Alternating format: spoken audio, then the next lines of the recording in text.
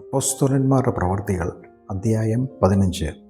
യഹൂദിയിൽ നിന്നു ചിലർ അന്ത്യോക്യയിൽ വന്ന് മോശ കൽപ്പിച്ച ആചാരമനുസരിച്ചു പരിച്ഛേദിതർ ആകാഞ്ഞാൽ രക്ഷിക്കപ്പെടാൻ സാധ്യമല്ല എന്ന് സഹോദരങ്ങളെ പഠിപ്പിച്ചു. പൗലോസിനും ബർണ്ണബാസിനും അവരോട് ശക്തമായ വിയോജിപ്പും തർക്കവും ഉണ്ടായിരുന്നു. ഈ വിഷയം സംബന്ധിച്ച് യെരൂശലേമിൽ അപ്പോസ്തലന്മാരുടെയും സഭാമുഖ്യന്മാരുടെയും അടുക്കിലേക്ക് പോകാൻ പൗലോസും ബർണ്ണബാസും മറ്റു ചിലരും നിയോഗിക്കപ്പെട്ടു. അങ്ങനെ സഭ അവരെ യാത്രയാക്കി. അവർ ഫൊയ്നീക്കയിലും ശമരിയയിലും കൂടി കടന്നു പോയപ്പോൾ വിജാതീയരുടെ മാനസാന്തരത്തെക്കുറിച്ച് അവർ ആ പ്രദേശങ്ങളിലെ സഹോദരങ്ങളെ സവിസ്തരം അറിയിച്ചു.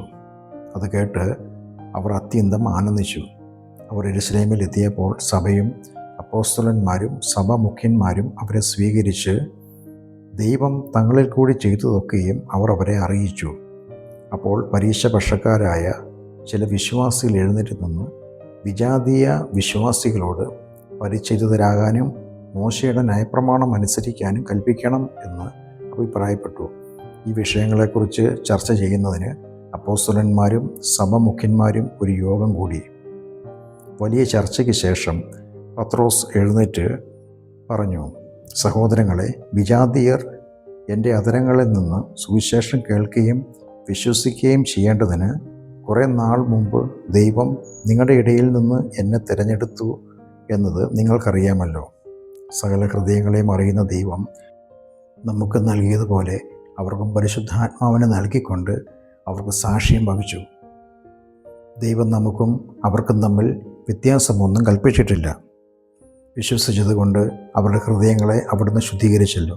അതുകൊണ്ട് നമ്മുടെ പിതാക്കന്മാർക്കോ നമുക്കോ വഹിക്കാൻ കഴിയാതിരുന്ന ഒരു നുകം ഇപ്പോൾ ശിഷ്യരുടെ ചുമലിൽ വെച്ച് കെട്ടി എന്തിന് ദൈവത്തെ നിങ്ങൾ പരീക്ഷിക്കുന്നു? മറിച്ച് കർത്താവായ യേശുവിൻ്റെ കൃപയാൽ അവരെപ്പോലെ തന്നെ നാമും രക്ഷിക്കപ്പെടുമെന്ന് നാം വിശ്വസിക്കുന്നു. ബർണ്ണബാസും പൗലോസും തങ്ങളിലൂടെ ദൈവം വിജാതീയരുടെ ഇടയിൽ ചെയ്ത അടയാളങ്ങളും അത്ഭുതങ്ങളും വിവരിച്ചത് കൂടിയിരുന്ന ജനമെല്ലാം ഒന്നടങ്കം നിശബ്ദരായി കേട്ടുകൊണ്ടിരുന്നു. അവർ സംസാരിച്ചു കഴിഞ്ഞപ്പോൾ യാക്കോബ് ഇങ്ങനെ പ്രസ്താവിച്ചു, സഹോദരങ്ങളെ, എൻ്റെ വാക്ക് ശ്രദ്ധിക്കുക. വിജാതീയരിൽ നിന്നും തൻ്റെ നാമത്തിനായി ഒരു ജനത്തെ തിരഞ്ഞെടുക്കാൻ ദൈവം അവർക്കൊരുക്കിയ പ്രഥമ സന്ദർശനത്തെക്കുറിച്ച് ശിമോൻ നമ്മോട് വിശദമാക്കിയല്ലോ. പ്രവാചകരുടെ വാക്കുകളും ഇതിനോട് പൂർണ്ണമായി യോജിക്കുന്നു. ഇങ്ങനെ എഴുതപ്പെട്ടിരിക്കുന്നു, അതിനുശേഷം ഞാൻ മടങ്ങി വരികയും ദാവീദിൻ്റെ വീണുപോയ കൂടാരം വീണ്ടും പണിയുകയും ചെയ്യും. ഞാൻ അതിൻ്റെ ശൂന്യാവശിഷ്ടങ്ങൾ പുതുക്കി പണിയും. ഞാനതിനെ പുനഃസ്ഥാപിക്കും. അങ്ങനെ ശേഷം മനുഷ്യർ ഏവരും, അതായത് ഞാൻ എനിക്കായി വിളിച്ചിരിക്കുന്ന സകല വിജാതീയരും തന്നെ കർത്താവിനെ അന്വേഷിക്കുമെന്ന് പൂർവ്വകാലം മുതൽ തന്നെ ഈ കാര്യങ്ങളെ വെളിപ്പെടുത്തിയ കർത്താവ് അരുളിച്ചെയ്യുന്നു. അതിനാൽ ദൈവത്തിലേക്ക് തിരിയുന്ന വിജാതീയർക്ക് നാം ബുദ്ധിമുട്ടുണ്ടാക്കരുതെന്നാണ് എൻ്റെ തീർപ്പ്. എന്നാൽ വിഗ്രഹങ്ങൾക്ക് അർപ്പിച്ചത് മൂലം അശുദ്ധമായി തീർന്നിട്ടുള്ളവയിൽ നിന്നും എല്ലാവിധ അവിഹിത വേഴ്ചകളിൽ നിന്നും ശ്വാസം മുട്ടിച്ച് കൊല്ലുന്ന മൃഗത്തിൻ്റെ മാംസത്തിൽ നിന്നും രക്തത്തിൽ നിന്നും അവർ വിട്ടു നിൽക്കണമെന്ന് അവർക്ക് എഴുതണം. പൂർവ്വകാലം മുതൽ എല്ലാ പട്ടണങ്ങളിലും മോശയെ പ്രസംഗിക്കുന്നവർ ഉണ്ടായിരുന്നു. കാരണം ശബത്ത് തോറും സിനഗോഗുകളിൽ തൻ്റെ ന്യായപ്രമാണം വായിക്കുന്നുണ്ടല്ലോ. തങ്ങളുടെ കൂട്ടത്തിൽ നിന്നും ഏതാനും പേരെ തിരഞ്ഞെടുത്ത് പൗലോസിനോടും ബർണ്ണബാസിനോടും കൂടെ അന്ത്യോക്യയിലേക്ക് അയക്കണമെന്ന് അപ്പോസ്തലന്മാരും സഭാപ്രമുഖന്മാരും സഭയൊക്കെയും ചേർന്ന് നിശ്ചയിച്ചു. സഹോദരങ്ങളിൽ നേതൃനിരയിലുള്ള ബർശബാസ് എന്ന് വിളിക്കുന്ന യൂദായെയും ശീലാസിനെയും ഒരു എഴുത്തുമായി അവർ അയച്ചു. കത്തിപ്രകാരമായിരുന്നു: അപ്പോസ്തലന്മാരും സഭാമുഖ്യന്മാരുമായ സഹോദരന്മാർ, അന്ത്യോക്യ, സിറിയ, കിലിക്കിയ എന്നീ പ്രദേശങ്ങളിലെ വിജാതീയരായ വിശ്വാസികൾക്ക് എഴുതുന്നത്. നിങ്ങൾക്കെല്ലാവർക്കും വന്ദനം. ഞങ്ങളുടെ നിർദ്ദേശപ്രകാരമല്ലാതെ ചിലർ ഞങ്ങളുടെ ഇടയിൽ നിന്ന് വന്നു നിങ്ങളെ വാക്കുകളാൽ അസ്വസ്ഥരാക്കുകയെന്നും നിങ്ങളെ ബുദ്ധിമുട്ടിച്ചെന്നും ഞങ്ങൾ കേട്ടു. അതുകൊണ്ട് തിരഞ്ഞെടുക്കപ്പെട്ട ചിലരെ പ്രിയപ്പെട്ട ബർണ്ണബാസിനോടും പൗലോസിനോടും കൂടെ നിങ്ങളുടെ അടുക്കിലേക്ക് അയക്കണമെന്ന് ഞങ്ങൾ ഏകമനസ്സോടെ തീരുമാനിച്ചു. അവർ ഇരുവരും നമ്മുടെ കർത്താവായ യേശു ക്രിസ്തുവിൻ്റെ നാമത്തിന് വേണ്ടി സ്വന്തം ജീവനെ പോലും പണയപ്പെടുത്തിയവരാണല്ലോ.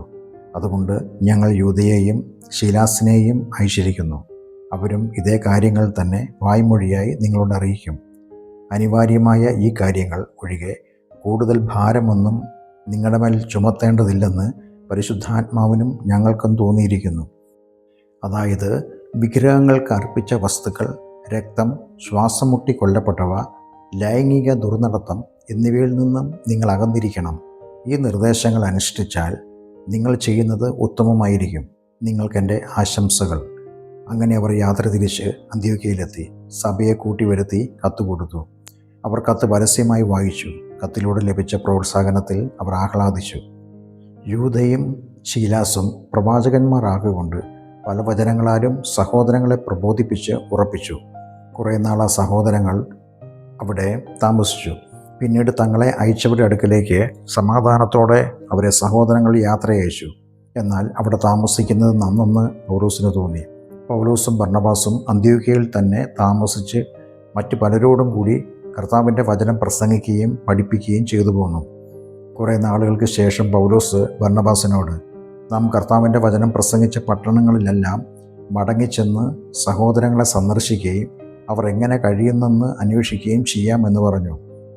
മർക്കോസ് എന്ന് വിളിക്കുന്ന യോഹന്നാനെ കൂടി കൊണ്ടുപോകാൻ ബർണ്ണബാസ് ആഗ്രഹിച്ചു. എന്നാൽ പംഫില്യയിൽ നിന്നും തങ്ങളെ വിട്ട് പ്രവർത്തനങ്ങളിൽ തുടർന്ന് സഹകരിക്കാൻ വിസമ്മതിച്ച ഒരാളെ കൂടെ കൊണ്ടുപോകുന്നത് ഉചിതമല്ല എന്ന് പൗലോസ് അഭിപ്രായപ്പെട്ടു. അവർ തമ്മിൽ ശക്തമായ അഭിപ്രായ ഭിന്നതയുണ്ടായിട്ട് പരസ്പരം വഴിപിരിഞ്ഞു.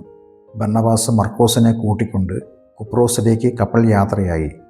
എന്നാൽ പൗലോസ് ശീലാസിനെ തിരഞ്ഞെടുത്തു.